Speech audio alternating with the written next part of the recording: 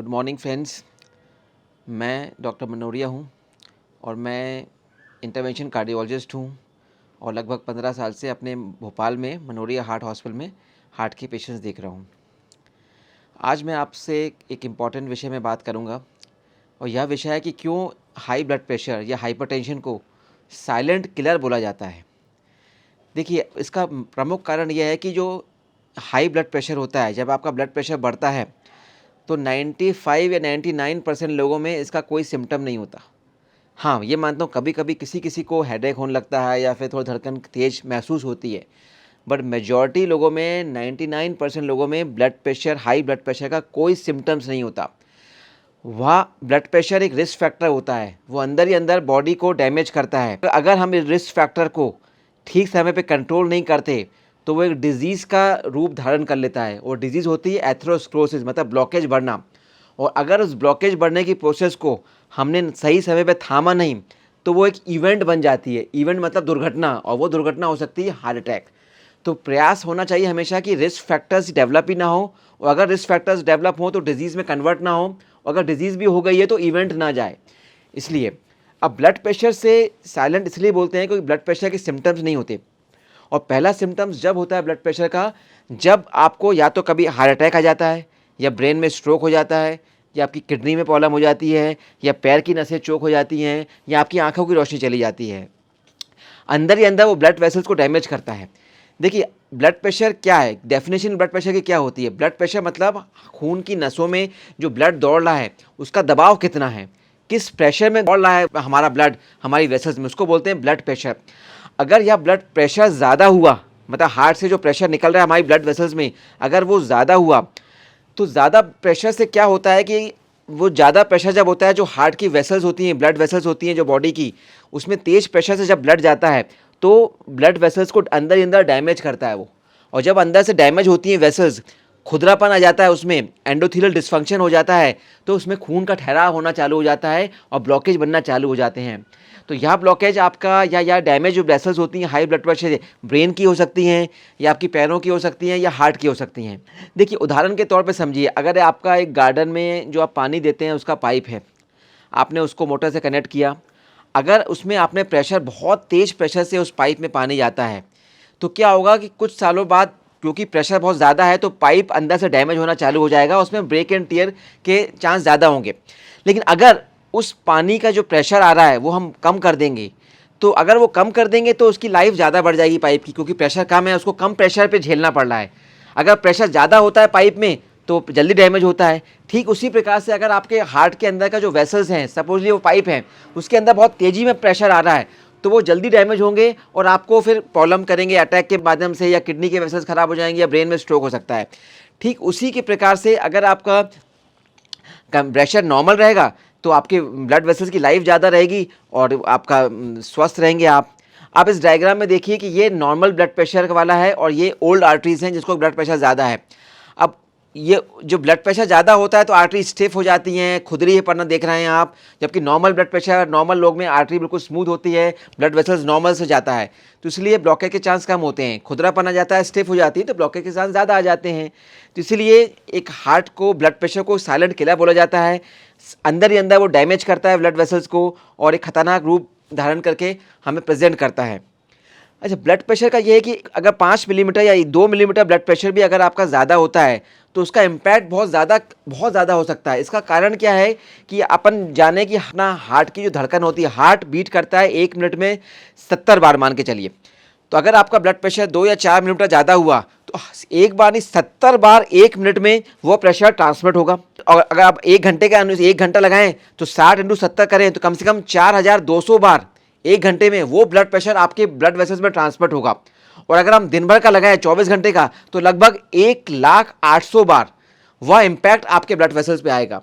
मतलब 2 या 4 मिनट में ब्लड प्रेशर भी आपका ज़्यादा हुआ तो लगातार लगभग 1,08,000 बार वो प्रेशर से आपके ब्लड वेसल्स में जाएगा ब्लड।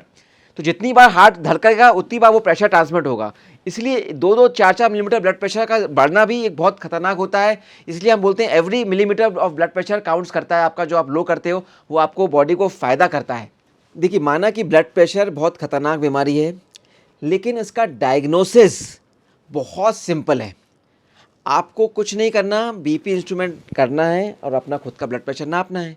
ब्लड प्रेशर नॉर्मल हुआ तो कोई दिक्कत नहीं, हाई ब्लड प्रेशर हुआ तो हाइपरटेंसिव है, आपको गोली लेना है। तो जांच करना बहुत इंपॉर्टेंट है और यही एक तरीका है कि आपको पता लग जाएगा कि आपको हाई ब्लड प्रेशर, हाइपरटेंशन की आपकी बीमारी है या नहीं है। कोई सिम्टम्स नहीं होते, सिम्टम्स का वेट नहीं करना है। ये हमें बहुत बार देखा गया है कि हमें पेशेंट्स हमारे पास आते हैं हार्ट अटैक से, या जब हम उनको ब्लड प्रेशर नापते हैं तो उनका ब्लड प्रेशर 180 190 होता है। हम जब उनसे हिस्ट्री लेते हैं कि भैया आपको पहले ब्लड प्रेशर था, तो बोलते नहीं हमें तो कोई सिम्टम नहीं थे, हमें तो मालूम ही नहीं था। मैंने कहा आपको मालूम इसलिए नहीं था क्योंकि आपने ब्लड प्रेशर कभी चेक ही नहीं कराया। आप चेक कराते जब भी पता लगता है। तो ब्लड प्रेशर आपको है कि नहीं, हाई ब्लड प्रेशर पता लगाने का एक ही तरीका है, उसको नापना है। बहुत सिंपल तरीका है। अब देखिए, ब्लड प्रेशर का जांचना बहुत सिंपल है, ट्रीटमेंट भी बहुत सिंपल है। ब्लड प्रेशर की दवाइयाँ बहुत महंगी नहीं आती, बहुत सस्ती आती हैं आजकल। अगर आप देखें ब्लड प्रेशर की गोली 10 रुपये से लेकर 2 रुपये तक की ब्लड प्रेशर की गोलियाँ भी आती हैं जो कि आप खा सकते हैं। बस आपको समय से खाना है और लगातार खाना है, जब जाके आपका ब्लड प्रेशर कंट्रोल होता है।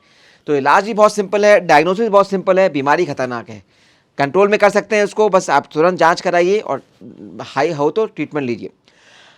कब हम बोलते हैं हाई ब्लड प्रेशर, ये नॉर्मल ब्लड प्रेशर कब बोलते हैं? देखिए, नॉर्मल ब्लड प्रेशर होता है 120/80।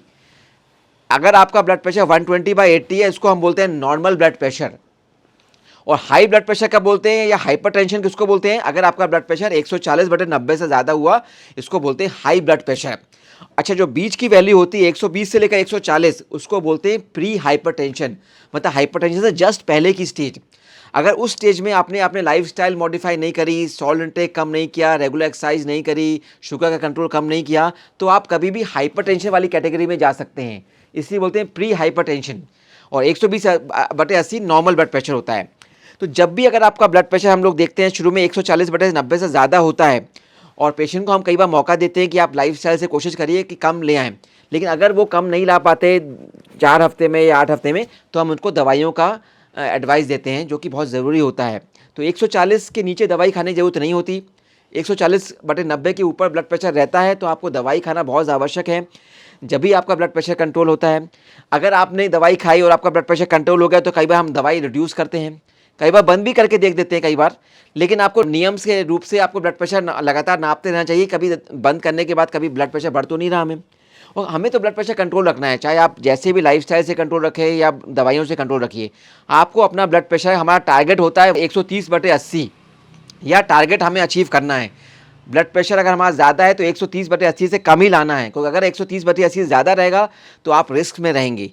कोशिश करिए, दवाइयाँ रेगुलर खाइए, लाइफस्टाइल भी मॉडिफाई करिए और ब्लड प्रेशर को अपना कंट्रोल में रखिए। अब कई बार लोग ये भी पूछते हैं कि डॉक्टर साहब, ब्लड प्रेशर की दवाई एक बार शुरू होगी तो हमेशा तो नहीं खाना पड़ेगी?